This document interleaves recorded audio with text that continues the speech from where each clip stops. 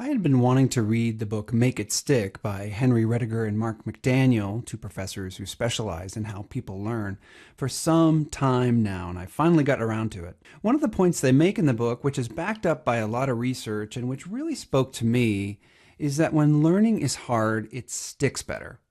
I think one easy way I can apply this insight is to make my quiz questions more challenging. So in this short video, I'll show you how you can make your quiz questions a bit tougher by getting learners to recall the right answer rather than just recognizing it. In this video, I'm using Articulate Storyline and Rise to make these points. If you're using another tool, you'll still be able to use most of these techniques. We'll get started here. And by the way, this is the Inspire template if you have Storyline 360 or the latest version of Storyline. So this type of question in Storyline, no surprise, is called fill in the blank. And again, you're just getting the learner to recall the information and input the information rather than just recognizing it on the screen. So I like sports cars, so I have a whole bunch of sports car related questions. Hope that's okay. People most frequently shop the Mazda Miata with what other type of car? So there are two acceptable answers here. There's the Subaru BRZ.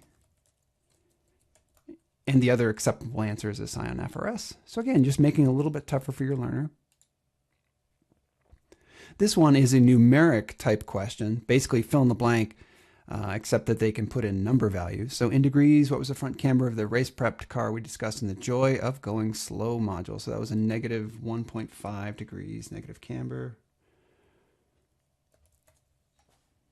Again, just getting them to recall.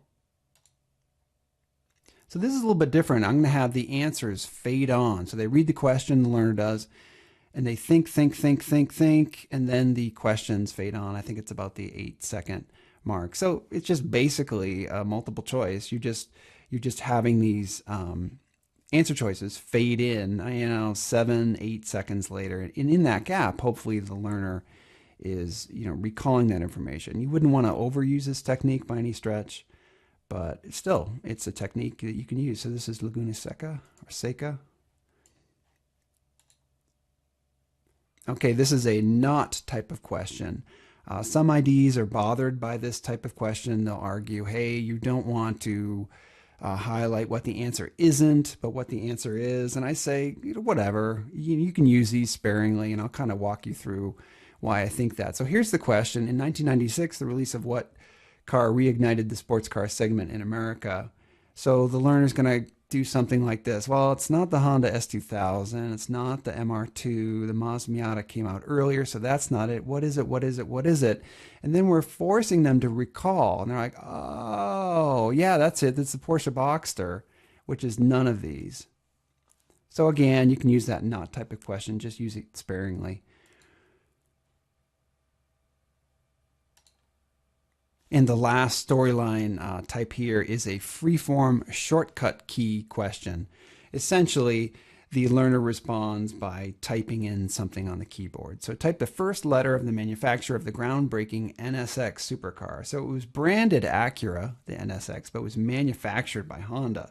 So I'll select H on my keyboard, again, getting them to recall the information, and we'll continue.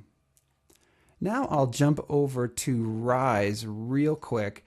And in Rise, I just want to show you one thing. It's a good old-fashioned flashcard that maybe you used or have used, learning a language, or if you're like me, you're teaching your kid to read, you're doing flashcards.